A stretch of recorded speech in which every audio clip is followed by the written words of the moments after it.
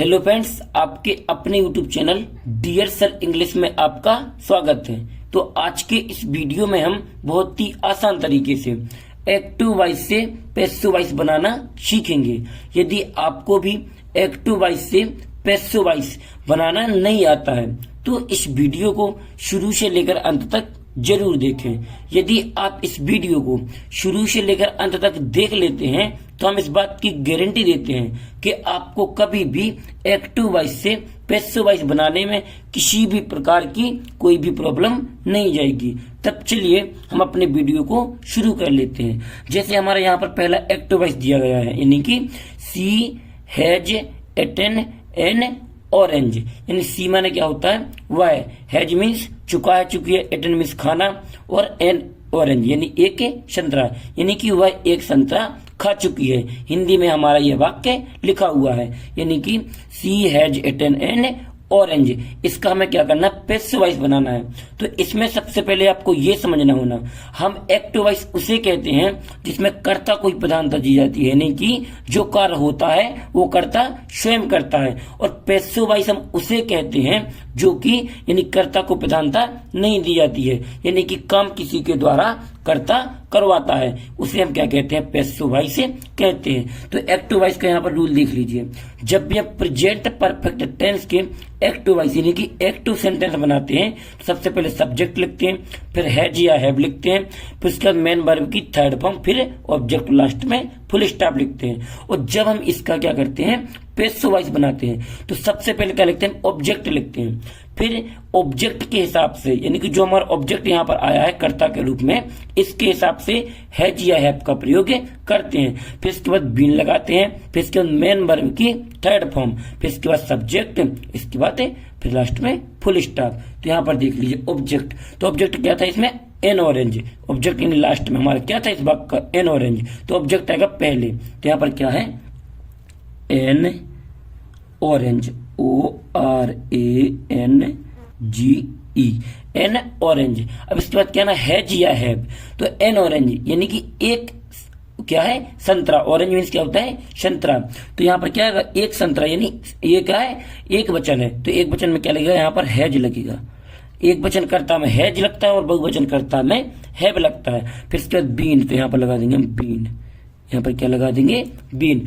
फिर आना हमारा मेन वर्ब की थर्ड फॉर्म, तो मेन वर्ब तो हमारी एटन, तो ई ए टी ई एन, ये क्योंकि पहले से भी यहाँ पर थर्ड फॉर्म लिखी हुई है। अब क्या ना हमारा सब्जेक्ट, तो सब्जेक्ट के रूप में ये क्या था हमारा, यहाँ ऊपर सब्जेक्ट क्या था, सी माने वह हमारा क्या था, सब्जेक्ट था, तो सी जाएगा यहाँ पर। तो यहाँ पर देख लीजिए, जब हम आई को पीछे लिखते हैं ऑब्जेक्ट के रूप में तो यहाँ पर क्या होता है, मी हो जाता है, यू का यू रहता है, ही का हेम, सी का हर, दे का देम और बी का अस लिख देते हैं। तो सी का क्या होगा यहाँ पर, सी का हर, तो यहाँ पर लिख देंगे एच, यहाँ पर बाई का प्रयोग भी किया जाएगा, बाई, फिर यहाँ पर हर, यहाँ पर क्या हुआ, बाई हर, यहाँ पर भी क्या हुआ, बाई का प्रयोग किया जाएगा। ये इस तरीके से बनता है। इसमें सब्जेक्ट को लिखने से पहले क्या होता है, बाई का प्रयोग करना होता है, बी वाई।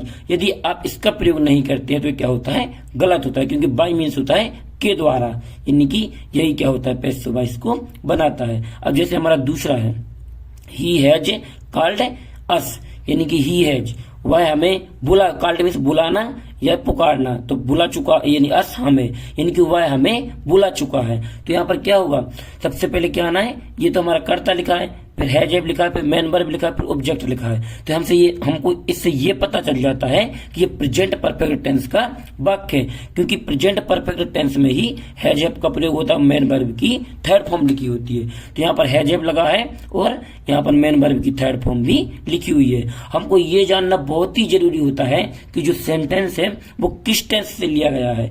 यदि आप ये नहीं पहचान पाओगे तो आप पैसिव वॉइस से नहीं बना सकते हो।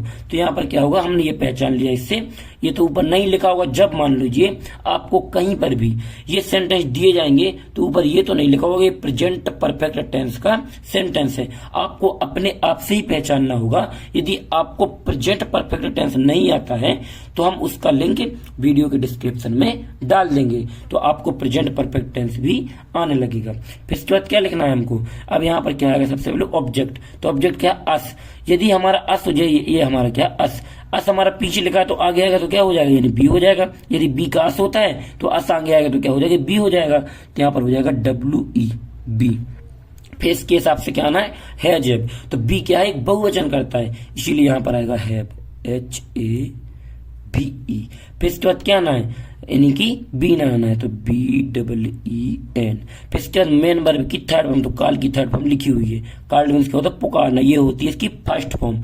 इसमें ED लगा देते तो क्या हो जाता है, ये थर्ड फॉर्म हो जाती है। अब क्या लगाना, बाई लगाना है, यानी कि सब्जेक्ट लिखने से पहले बाई का प्रयोग करना बहुत ही जरूरी होता है। तो सब्जेक्ट क्या है इसमें, ही, तो ही का क्या हो जाता है, हिम हो जाता है। यहाँ पर देख लीजिए हिम, ये आपको बिल्कुल याद है, कर लेना है, क्योंकि इनकी जरूरत बहुत ही ज्यादा पड़ती है। यदि आपको पैसिव वॉइस बनाना है तो इनको सीखना बहुत ही जरूरी हो जाता है। कि आई का मी होता है, यदि पीछे मी लिखा है और आगे आ रहा है वो, तो आई लिख देते हैं, यानी कि यहाँ से अगर यदि ये आगे से पीछे जा रहा है तो मी लिखेगा, यदि ये मी पीछे से आगे आ रहा है तो आई लिखेगा। इनको हम बदल देते हैं। यू का नहीं होता है चेंज, यू का यू ही रहता है। ही का हेम हो जाता है, सी का हर, और दे का देम, और बी का अस। तो यहाँ पर ही का क्या होगा, हर, यानी ही का क्या होगा, यहाँ पर देख लीजिए ही का हिम, ही का क्या होता है, हिम होता है, तो HIM, ही का हिम। इसके बाद क्या ना है, यहाँ पर हमारा तीसरा भी देख लेते हैं। ये क्या है हमारा तीसरा, श्याम हैज ए प्लग्ड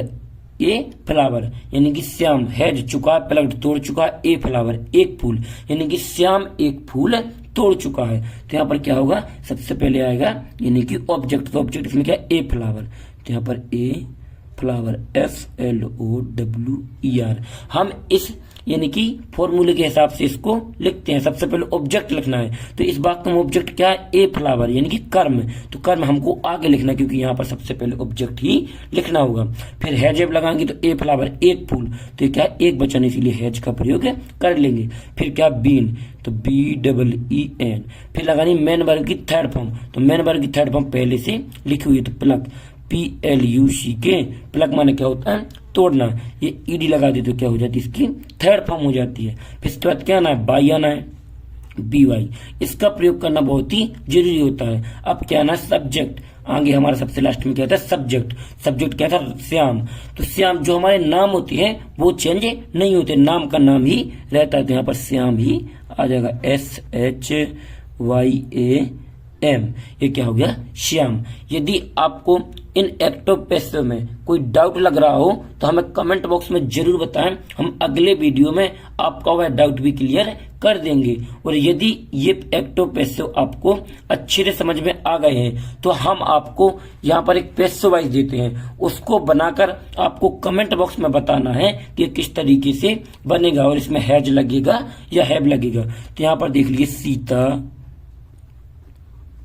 फिर क्या है, has, Sita has cooking, COOK, cooked the food, यहाँ पर द फूड, यानी कि सीता खाना बना चुकी है। आपको इस, ये क्या हमारा एक्टिव वॉइस में लिखा हुआ है, इसको पैसिव में चेंज करना है। किस में चेंज करना है, पैसिव में चेंज करना है।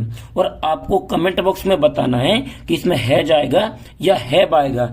यदि आप इसको बना लेते हो तो हम ये समझ जाएंगे कि आपको प्रेजेंट परफेक्ट टेंस के एक्टिव पैसिव अच्छे से बनने लगे हैं। और यदि ये वीडियो पसंद आया हो तो वीडियो को लाइक और चैनल को सब्सक्राइब करना बिल्कुल ना भूलें, जिससे आने वाले हमारे और वीडियो सबसे पहले आप लोगों तक पहुंच सके। थैंक यू वीडियो को लास्ट तक देखने के लिए। मिलते हैं किसी और एक अच्छी वीडियो के साथ में, जब तक अपना ख्याल रखें।